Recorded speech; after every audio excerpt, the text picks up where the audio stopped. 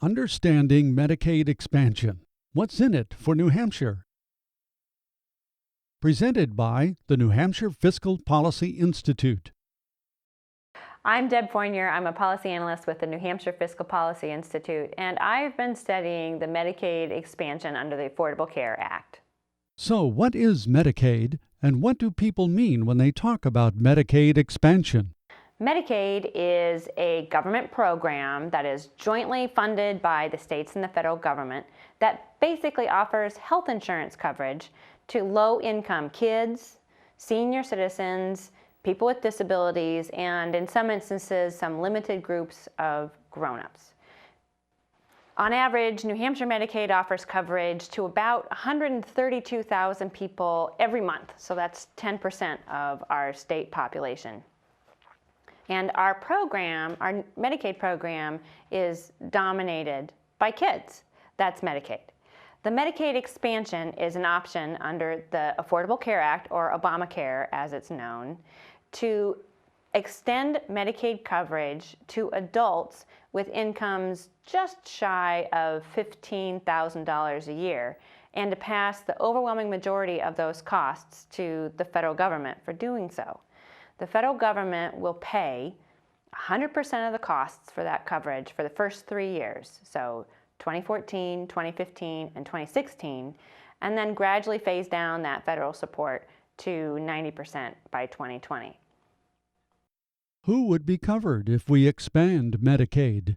So adults 19 to 64 with incomes just under $15,000 would be eligible under the Medicaid expansion. Right now, in our current Medicaid program, we have fairly limited coverage for adults. We offer Medicaid coverage to pregnant women up to certain income levels. We offer Medicaid coverage to people with disabilities at varying income levels.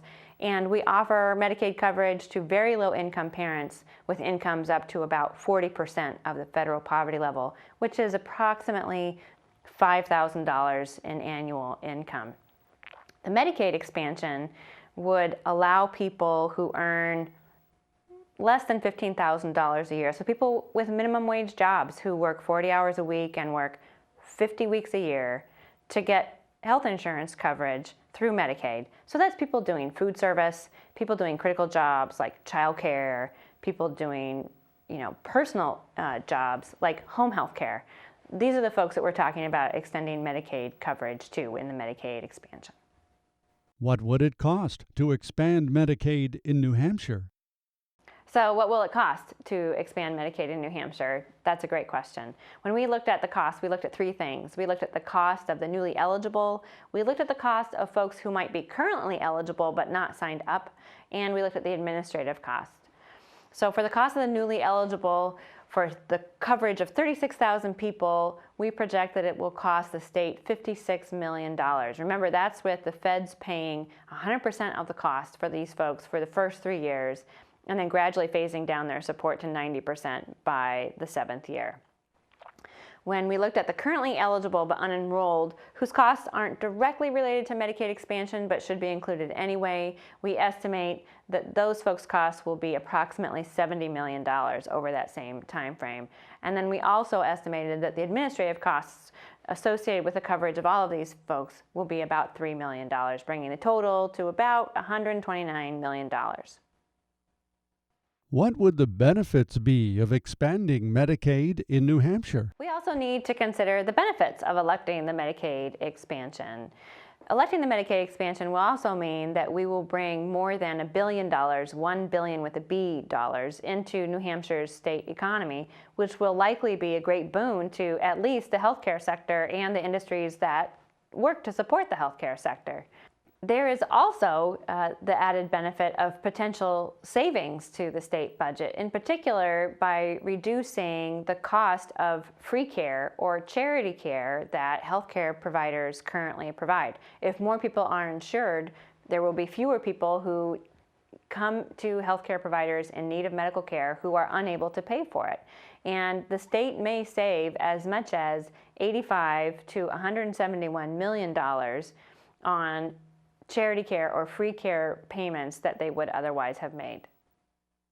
At the end of the day, the state may end up paying very little or even have a net savings as a result of the Medicaid expansion through offsetting savings relating to uncompensated care.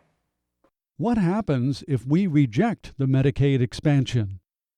We may also leave 36,000 people not only without Medicaid coverage, we may leave them without any access to affordable insurance.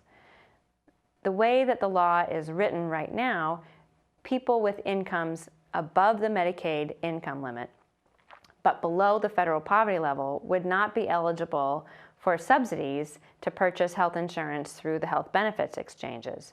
So if we don't elect the Medicaid expansion, people with incomes, a parent, for example, with an income more than 40% of the federal poverty level, so more than $5,000 a year, but less than $11,000 a year, would be neither eligible for Medicaid, nor would they be able to get subsidies to help them buy health insurance through the exchanges.